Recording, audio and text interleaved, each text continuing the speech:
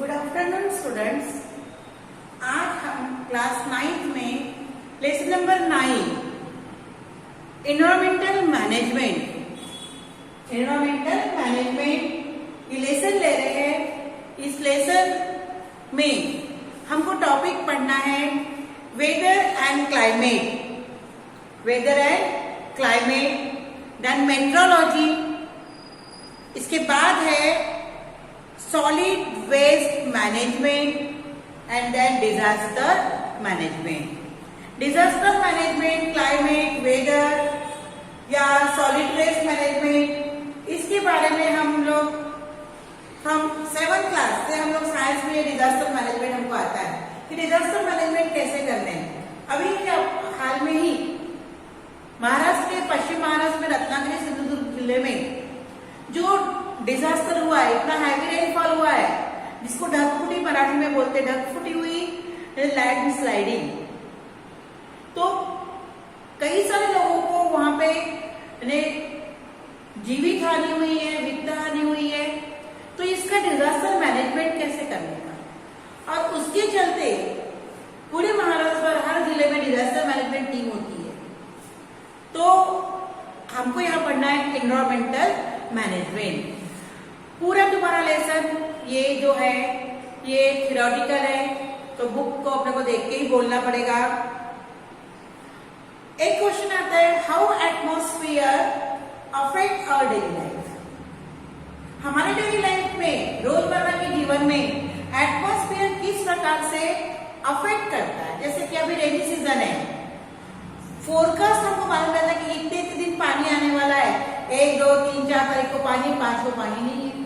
तो पानी आने के पहले ही हम अपने काम कर लेते हैं, या हमको जो कुछ काम अपने इम्पोर्टेंट काम है हम वो कर लेते हैं कि पानी आएगा तो हमसे ये होगा नहीं है। तो इस प्रकार से या हमको आने जाने में, या आजकल अपने को मोबाइल का बड़ा यूज होता है, तो उसके नेट नहीं मिलता, डाटा नहीं मिलता, और हम लोग फिर उसमें परेशान हो जाते हैं।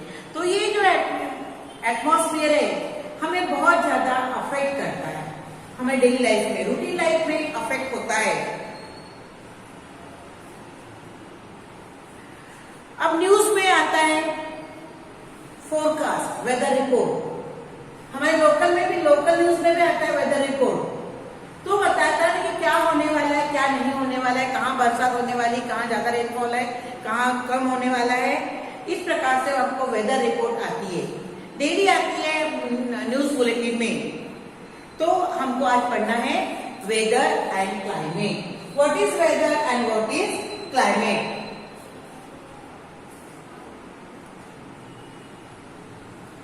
Atmospheric condition at a specific time at a particular place, किसी पर्टिकुलर प्लेस की, पर्टिकुलर एरिया की एटमॉस्फेरिक कंडीशन स्पेसिफिक टाइम में कैसी है, that is known as weather. आज का वेदर रिपोर्ट, आज पर्टिकुलर इस पर्टिकुलर एरिया में एटमॉस्फेरिक प्रेशर कैसा है, सॉरी एटमॉस्फेरिक कंडीशन कैसी है, that is known as weather. कि atmospheric condition in a particular area in a specific time, यानी एक निश्चित समय पर, पर्टिकुलर समय में, पर्टिकुलर एरिया का एटमॉस्फेरिक कंडीशन क्या होता है, that is known as weather. यहां पे डेफिनेशन है, atmospheric condition at a specific time at a particular place is are referred to as a weather। क्या कहते हैं उसे, at the condition of atmosphere at a specific time and a particular place is known as weather।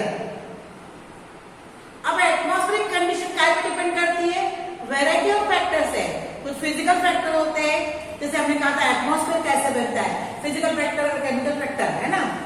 We frequently express our opinion about the weather by making statement like, कई बार हम कहते हैं अरे आज बहुत गर्मी है, इसमें इसका मतलब कि पर्टिकुलर विदर्भ रीजन में मई महीने में बहुत तेज गर्मी होती है, और उसको चलते हुए तो हम लोग बताते कि नहीं आज बहुत हॉट है, बहुत ही आज का दिन गर्म है, आज धूप बहुत तेज है, आज बहुत ठंडी है। ये हम किस प्रकार से बोलते हैं कि उस समय उस जगह में एटमॉस्फेरिक कंडीशन कैसी है, दैट इज हम कहते हैं वेदर। अब वेदर किस पर डिपेंड करता है? Weather is depend upon the condition of air. हवा की कंडीशन पर वेदर डिपेंड करता है। And climate of a particular region is the average of daily reading of various weather related parameter. Climatic condition क्या पे depend करती है? Weather related parameter. अब वेदर क्या पे डिपेंड करता है? एटमॉस्फेरिक कंडीशन, और एटमॉस्फेरिक कंडीशन क्या पे डिपेंड करता है? Variety of factors. और ये जो पैरामीटर आते हैं रिकॉर्ड किया जाता है कि 2020 में आज के दिन ऐसा वेदर था, 21 में कैसा है, 22 में कैसा आएगा और 14 में क्या था। ठीक है। Climate is a long term predominant condition of the atmosphere. यानी सालों साल जो कंडीशन रहती है, तो क्लाइमेटिक रीजन, भूगोल पढ़ते हो, भूगोल में आता है क्लाइमेटिक रीजन की उष्ण कटिबंधीय प्रदेश जिसे कहते हो तुम लोग, ग्रासलैंड कहते हो, तो ग्रासलैंड का टेम्परेचर क्लाइमेटिक कंडीशन अलग रहेगी उष्ण कटिबंधीय प्रदेश की, या सदाहरित वनों की भूगोल में है ना सदाहरित वन, तो सदाहरित वन के एरिया की क्लाइमेटिक कंडीशन जैसी है, तो सालों साल वहां पे उसी प्रकार के क्लाइमेट में उसी प्रकार के सदाहरित वन के प्लांट्स वहां पे उगते। पुणे के पास कास का पठार है, कास, पुणे के पास कास का पठार है, तुमने पठार वगैरह सब भूगोल में पढ़े हो, तो वहां पे एक स्पेशल कंडीशन में सितंबर अक्टूबर महीने में उस पठार में बहुत सारे फूल आते हैं। वर्ल्ड हेरिटेज है वो, रंग बिरंगे फूल आते हैं। अब वो रंग बिरंगे फूल आने के लिए और कास के पठार पे ही आते हैं, उसके लिए उस कास के पठार का क्लाइमेटिक कंडीशन क्या है, वो उसका क्लाइमेटिक कंडीशन उस कास के पठार की है, और उस क्लाइमेटिक कंडीशन में उस पर्टिकुलर टाइप के फ्लावर्स के प्लांट वहां पे उगते होते करके वो क्लाइमेटिक कंडीशन लॉन्ग टर्म है। और वेदर क्या चेंजेबल है, वेदर रोज चेंज होता रहता है। आज गर्मी, आज पानी नहीं आया, अपनी देखो अपने अनुभव करते हैं, आज पानी नहीं आया तो गर्म हो गया, कल पानी आएगा तो ठंड लगेगी, हम फैन चलाना भूल जाते हैं ठंड पानी आता है तो। इस प्रकार से वेदर चेंज होता है और क्लाइमेटिक कंडीशन एनालिसिस होता है, ये 2, 4, 5, 6, 8, 10 सालों का उस पर से वो डिपेंड करता है। अब वेदर रिलेटेड क्लाइमेटिक फैक्टर, अब वेदर हमने कहा था एटमॉस्फेरिक कंडीशन पर डिपेंड है, तो ये वेदर रिलेटेड क्लाइमेटिक फैक्टर्स कौन से हैं? एटमॉस्फेरिक प्रेशर, पहला है एटमॉस्फेरिक प्रेशर, दूसरा है सनलाइट, कौन सी क्लाइमेटिक कंडीशन है फैक्टर है? Sunlight, Surya Prakash. Number 3 clouds, बादल तो बहुत आ रहे हैं पर बादल बरसने वाले हैं क्या, तो क्लाउड्स की condition climatic factor. Then humidity, आर्द्रता, जिसको अपनी बोली भाषा में हम नमी बोलते हैं। देन रेनफॉल, पानी के कंडीशन पर डिपेंड करता है। देन विजिबिलिटी, अगर बहुत बरसात आ रही है, हिली एरियाज है, बरसात बहुत आ रही है, हिली एरिया है, तो हमको दिखाई देता नहीं सामने का, है ना। एंड टेम्परेचर, इतने वेदर रिलेटेड क्लाइमेटिक फैक्टर्स है।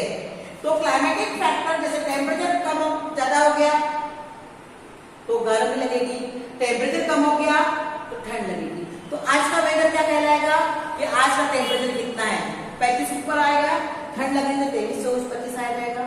ठीक है, ये हो गया climatic factor. Then atmospheric pressure बढ़ा कि कम हो गया। सनलाइट, प्रखर सूर्य प्रकाश है कि कम है, धूप आ रही है कि नहीं आ रही, जैसे अभी बदली है तो धूप तो दिखती नहीं पर हम उसको महसूस कर रहे हैं, है ना। क्लाउड है कि नहीं है, बादल आए कि नहीं आए, that climatic factor. Then humidity, आर्द्रता, नमी कितनी है, ये क्लाइमेटिक फैक्टर। रेनफॉल 2 मिलीमीटर आए, 4 मिलीमीटर आए, that is rainfall. And visibility, बहुत तेज बारिश आ रही है, बहुत मौसम खराब है एकदम, तो अपने को हिली एरियाज में स्पेशली अपने को सामने की चीज विजिबल होता है। तो ये सब क्या कहेगी क्लाइमेटिक फैक्टर। इस क्लाइमेटिक फैक्टर पर ये वेदर डिपेंड करता है। वेदर जैसा आज है वैसे कल रहेगा ऐसा होता नहीं है, परंतु क्लाइमेटिक कंडीशन ये सालों सालों एक जैसी ही रहती है और इसके कारण लिविंग वहां पे अपने आप को एडाप्ट करते हैं और एडाप्ट वहां पे क्या करते हैं, उनका हैबिटेट बनाते हैं और हैबिटेट बनाने के बाद लिविंग उस पर्टिकुलर जगह में अपना एडाप्टेशन करते हैं। ये हमने पहले पढ़ा था, हैबिटेट एंड एडाप्टेशन।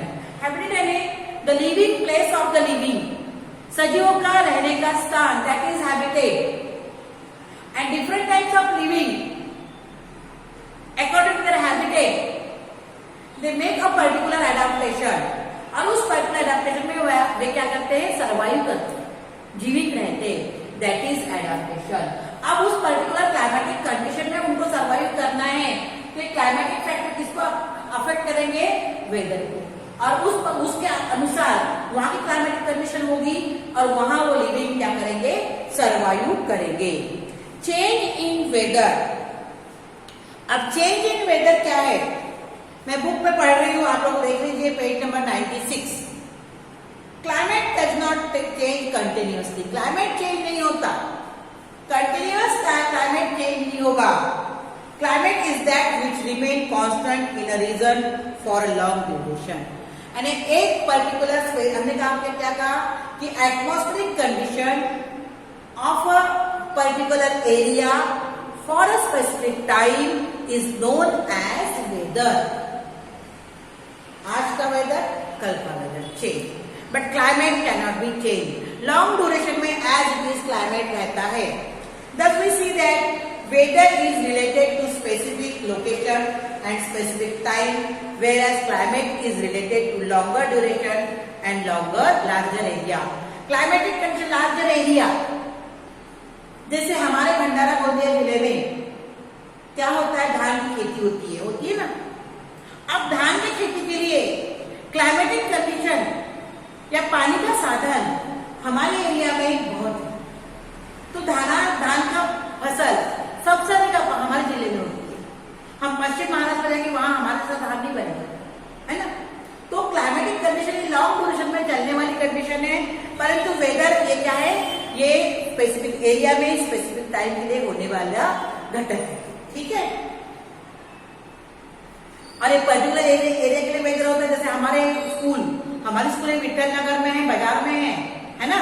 तो यहाँ पे अगर आज पानी आ रहा है तो हमारा घर जो उधर एरिया 5 किलोमीटर दूर पर है वहां पानी आएगा ये जरूरी नहीं है, तो पर्टिकुलर एरिया, ठीक है।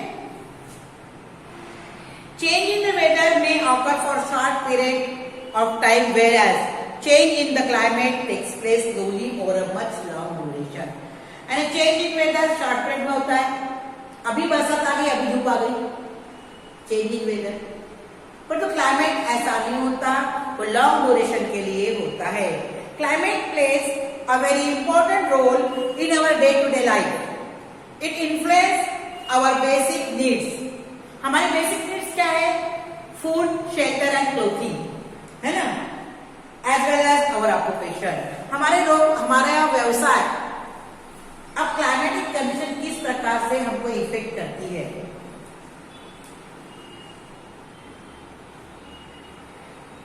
कि उत्तराखंड में चले जाओ, वहां के लोग या हिमाचल प्रदेश में लोग क्या करते हैं बेटा, ये लोग क्या करते हैं, लॉन्ग ड्यूरेशन के लिए, एक मिनट, उत्तराखंड या फिर हिमाचल प्रदेश में लोग क्या करते हैं कि ये लोग 4 महीने का साधन सामग्री अपने खाने पीने का अपने घर में जमा करके रख देते हैं, क्योंकि वहां पे इतनी बर्फबारी होती है कि ये लोग बाहर निकल नहीं पाते। ये क्लाइमेटिक कंडीशन है वहां, है ना। या फिर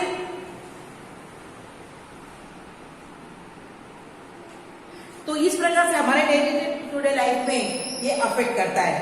basic need, food, shelter, clothing में भी ये असर करता है, कि ऑक्यूपेशन में भी असर करता है, कि लोग 4 महीना व्यवसाय करेंगे, बाद में नहीं करेंगे, क्योंकि क्या है, वहां पे क्लाइमेटिक कंडीशन ऐसे है कि लोग बाहर निकल नहीं पाते हैं, तो ऑक्यूपेशन कहां से होगा। तो वो आने वाले 8 महीने के लिए अपने आप को वैसा तैयार रखते हैं। तो क्लाइमेटिक कंडीशन उनके डेली जीवन में, डेली रूटीन को अफेक्ट करता है। Climate specially important for an agrarian country like India. हमारी कंट्री कैसी है? हम पहले ऐसे पढ़ते थे, ऐसे में लिखते थे, India is an agriculture country. तो क्लाइमेट का हमारे देश पर बहुत असर है, क्योंकि हमारी बैकबोन है, एग्रीकल्चर इज अवर बैकबोन। क्योंकि हमारा जो जितना भी व्यवसाय चल रहा है, जितना भी हमारा ये सब चल रहा है, इसका बैकबोन क्या है? एग्रीकल्चर। तो भारत एक कृषि प्रधान देश है। ये हम पहले ऐसे में ऐसा लिखते थे कि भारत एक कृषि प्रधान देश है। Various climatic factors like direction and speed of wind, temperature, atmospheric pressure are considered during construction of runways, seaports, huge bridge and skyscrapers. अब speed of wind, direction of wind. अब तुमने भूगोल तो पढ़े हो, हम जून में नहाने के से अब तुम इतने पढ़े तो होगा बेटा कि मानसून आया, मानसून आया, मानसून आया। अभी केरल में आया, अभी मुंबई में आएगा, अभी अपने विदर्भ में आएगा। सुनते हो ऐसा कि मानसून अभी केरल में आया है, वहां से 8 दिन में मुंबई आएगा, वो मुंबई से कहाँ आएगा? तो मानसून को रेलवे में आता है या हेलीकॉप्टर में आता है? नहीं, ये क्लाइमेटिक कंडीशन है कि मानसून आया क्या है। फिर अभी अब अपन इसमें भी सुनते कि सुनामी आया, ये वाला अभी ये वाला क्या आया, ये तूफान आया, ये तूफान आया, अलग अलग उसके नाम रहते हैं। और किनार पट्टी को बहुत क्या कर देते, हल्ला कर देते हैं। तो ये क्या है? Climatic condition. इससे ये सब चीजें ये होती क्या होती है? प्रभावित होती है। Various climatic factors like direction and speed of wind, temperature, atmospheric pressure are considered during construction of runways. अब कई रनवेज बनते हैं, एरोड्रम बनते हैं, तो रनवे होता है, तो वो वहां पे एरोड्रम बन रहा है, तो वो रनवे बनाने के पहले, एरोड्रम बनाने के पहले वो क्लाइमेटिक कंडीशन देखते हैं पर्टिकुलर एरिया की, कि वहां स्पीड ऑफ विंड कितनी है, डायरेक्शन ऑफ विंड क्या है, वहां का टेम्परेचर क्या है, वहां का एटमॉस्फेरिक प्रेशर क्या है। दैन सी पोर्ट्स बनाने के लिए, सी पोर्ट समझते हो ना, बंदर बोलते हैं जिसको, बंदरगाह बोलते हैं, पोर्ट्स। दैट ह्यूज ब्रिज, बड़े बड़े ये बनाते हैं ब्रिज, उसके लिए भी, और स्काई स्क्रैपर्स बनाने के लिए भी क्लाइमेटिक कंडीशन पर्टिकुलर एरिया की देखी जाती है। और उसी लिए ये देश, और उसी कहते हैं एनवायरमेंटल मैनेजमेंट। अभी अपने यहाँ भूस्खलन हुआ रत्नागिरी सिंधुदुर्ग जिले में, तो क्या था, बड़े बड़े पहाड़, ऊंचे ऊंचे से पहाड़ है, और पहाड़ से मिट्टी और पेड़ पौधे गिरते हुए नजर आए, और नीचे बस्ती है। तो गवर्नमेंट ऑफ महाराष्ट्र ने कहा कि बेटा अभी कि पहाड़, जैसे बोलते नदी प्रवण एरिया, वैसे पहाड़ प्रवण एरिया में लोगों की बस्ती नहीं रहेगी, लोगों को वहां घर नहीं बनाएंगे, वो लोग थोड़ा आगे आके उनको नई जगह देंगे। इस प्रकार से क्लाइमेटिक कंडीशन हमारे डेली लाइफ में बहुत ज्यादा प्रभाव डालती है। ये हमारा एनवायरमेंटल मैनेजमेंट का पहला भाग है। इसके बाद मैं आपको पढ़ाऊंगी, बहुत सारी चीजें हैं यहाँ पे जो अपने को धीरे धीरे हम तुमको एक्सप्लेन कराएंगे।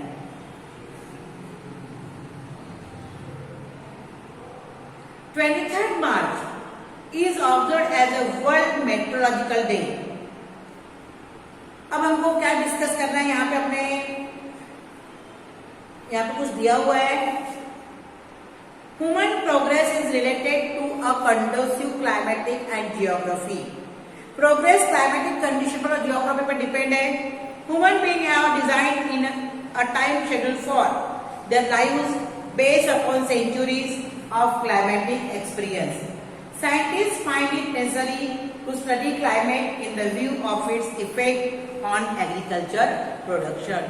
अब बड़े बड़े जहाज ये पानी में जाते हैं जब, तो इन जहाजों को जब पानी में जाते हैं जहाज, तो उसके लिए भी क्लाइमेटिक कंडीशन देखी जाती है। एरोप्लेन